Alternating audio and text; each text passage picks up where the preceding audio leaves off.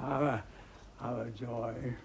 Although our last, not least, for whose young love the vines of France and milk of Burgundy strive for the interest, what can you say to gain a third more opulent than your sisters?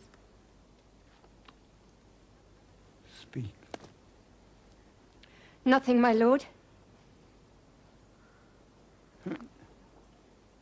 Nothing? Nothing. Nothing will come of nothing. I speak again. Unhappy that I am, I cannot heave my heart into my mouth. I love your majesty according to my bond, no more nor less. Now, Cordelia, mend your speech a little, lest it may mar your fortunes. Good, my lord, you have begot me, bred me, loved me. I return those duties back as are right fit, obey you, love you, and most honor you. Why have my sisters husbands if they say they love you all? Haply when I shall wed, that lord whose hand shall take my plight shall carry half my love with him, half my care and duty. Sure, I shall never marry like my sisters to love my father all. Goes thy heart with this? Aye, my good lord. So young, so untender. So young, my lord, and true. Let it be so. Thy truth, then, be thy dower. For by the sacred radiance of the sun, here I disclaim all my paternal care, propinquity and property of love, and as a stranger to my heart and me, hold thee from this forever. Good my liege. Cease, Kent. Come not between the dragon and his wrath. I loved her most, and thought to set my rest on her kindness. Hence and avoid my sight. So be my grave my peace, as here I give her father's heart from her. Call France. Who stirs? Call Burgundy. Cornwall and Albany with my two daughters' dowers digest this third. Let pride, which she calls plainness, marry her. I do invest you jointly with my power, preeminence, and all the large effects that troop with majesty. Ourself, by monthly course, with reservation of 100 knights, by you to be sustained, shall with you our abode make by due turns. Only we shall retain the name and all the addition of a king. The rest, revenue, sway, beloved sons, be yours. Which to confirm, this coronet part betwixt you.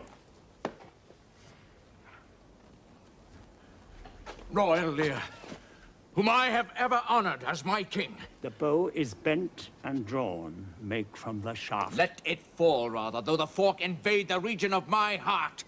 Be Kent unmannerly when Lear is mad. What wouldst thou do, old man? Think'st thou that duty shall have dread to speak when power to flattery bows? To plainness honor's bound when majesty stoops to folly. Now answer my life, my judgment. Thy youngest daughter doth not love thee least, nor are those empty-hearted whose low sounds reverb no hollowness. Kent, on thy life, no more. My life I never held but as a pawn to wage against thine enemies, nor fear to lose it, thy safety being motive. Out of my sight! See better, Lear, and let me still remain the true blank of thine eye. No, but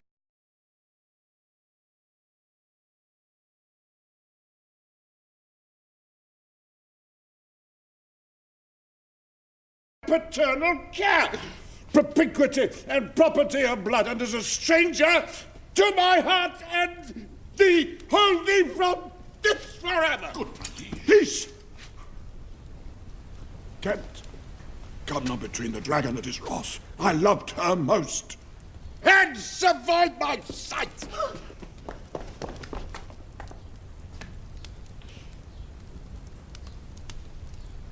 Call France. Who stirs? Call Burgundy. Cornwall. Albany.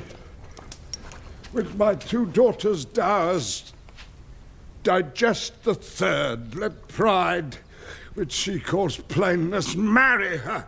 I do invest you jointly with my power, preeminence, ourself by monthly course with reservation of 100 knights, by you to be sustained, shall our abode make with you.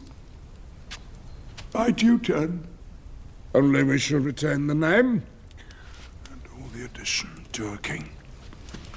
The sway, revenue, execution of the rest, beloved sons, be yours, which to confirm this coronet par between you. Royal Lear, whom I have ever honored as my king, loved as my father, as my master followed. Bow is bent and drawn, make from the shaft. Let it fall, rather, though the fork invade the region of my heart. Be Kent unmannerly when Lear is mad. What wouldst thou do, old man? Think'st thou the duty shall have dread to speak, when power to flattery bows? On thy life no more. My life I never held but as a pawn to wage against thine enemies. Out of my sight. See better, Lear. Now by Apollo. Now by Apollo, King, thou swear'st thy gods in vain. Oh, vassal, miscreant, forbear! Revoke thy gift, or whilst I can then clamour from my throat, I'll tell thee, thou dost evil. Hear me, recreant on thine allegiance. Hear me, that thou hast sought to make us break our vow, which we durst never yet. Take thy reward. 5 days we do allot thee for provision, and on the 6th to turn thy hated back upon our kingdom. If on the next day following thy banished trunk be found in our dominion, the moment is thy death. Away!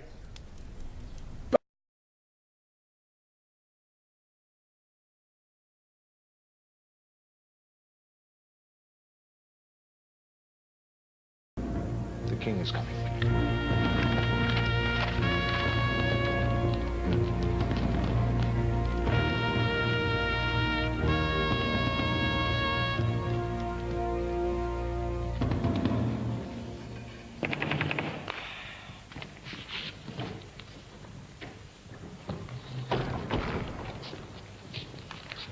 Attend the lords of France and Burgundy, Gloucester. Sure, my lord. Meantime, we shall express our darker purpose. Give me the map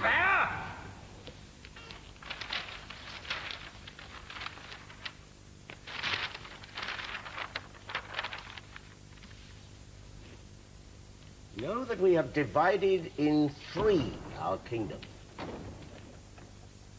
And 'tis our fast intent to shake all cares and business from our age, conferring them on younger strengths, while we, unburthened, crawl toward death.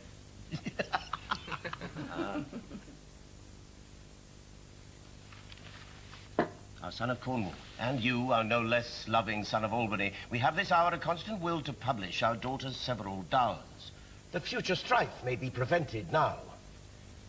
The princes, France and Burgundy, great rivals in our youngest daughter's love, long in our court have made their amorous sojourn, and here are to be answered.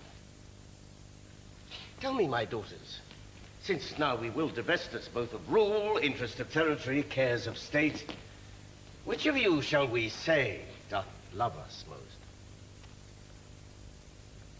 That we our largest bounty may extend, when nature doth with merit challenge. Conrad, our eldest born, speak first. Sir, I love you more than words can wield the matter. Dearer than eyesight, space, and liberty. Beyond what can be valued, rich or rare. No less than life, with grace, health, beauty, honor. As much as child e'er loved, or father found. A love that makes breath poor and speech unable. Beyond all manner of so much, I love you. Of all these bounds, even from this line to this, with shadowy forests and with champaigns riched, with plenteous rivers and wide-skirted meads, we make thee lady. To thine and Albany's issue be this perpetual. What says our second daughter? Our dearest Regan, wife of Cornwall, speak. I am made of that self-metal as my sister, and prize me at her worth. In my true heart, I find she names my very deed of love. Only she comes too short. That I profess myself an enemy to all other joys which the most precious square of sense possesses, and find I am alone felicitate in your dear highness' love.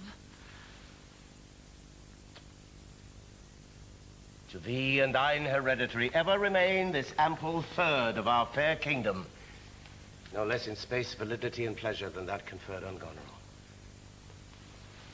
Now our joy, although the last, not least, to whose young love the vines of France and milk of Burgundy strive to be interest. What can you say to draw a third more opulent than your sisters? Speak. Nothing, my lord. Nothing? Nothing. Nothing will come of nothing. Speak again. Unhappy that I am, I cannot heave my heart into my mouth. I love your majesty. According to my bond, no more, no less. How, Cordelia, mend your speech a little, lest it may mar your fortunes. Oh, my lord, you have begot me, bred me, loved me. I return those duties back as our right fit, obey you, love you, and most honor you. Why have my sisters husbands if they say they love you all? Haply when I shall wed, that lord whose hand must take my plight shall carry half my love with him, half my care and duty. Sure, I shall never marry like my sisters to love my father all. But goes thy heart with this? Aye, my good lord. So young and so untender. So young, my lord, and true. Let it be so! Thy truth then be thy dower! For by the sacred radiance of the sun, the mysteries of Hecate in the night, by all the operation of the orbs from whom we do exist and cease to be, here I disclaim all my paternal care, propinquity and property of blood, and as a stranger to my heart and me, hold thee from this forever! Good, my liege. Peace, Kent. Come not between the dragon and his wrath. I loved her most, and thought to set my rest on her nursery. Hence and avoid my sight. So be my grave, my peace, as here I give her father's heart from her. Call France. Upstairs! Call Burgundy. Cornwall and Albany with my two daughters' dowers. His third. Let pride, which she calls plainness, marry her. I do invest you jointly with my power, preeminence, and all the large effects that troop with majesty. Ourself, by monthly course, with reservation of 100 knights by you to be sustained, shall our abode make with you by due turn. Only we still retain the name and all the additions to a king. The sway, revenue, execution of the rest, beloved sons, be yours, which to confirm this coronet power betwixt you. Royal Lear, whom I have ever honored as my king, loved as my father, as my master followed, as my great patron thought on in my prayers. Oh, it's bent and drawn. Make from the shaft. Let it fall, rather, though the folk invade the region of my heart.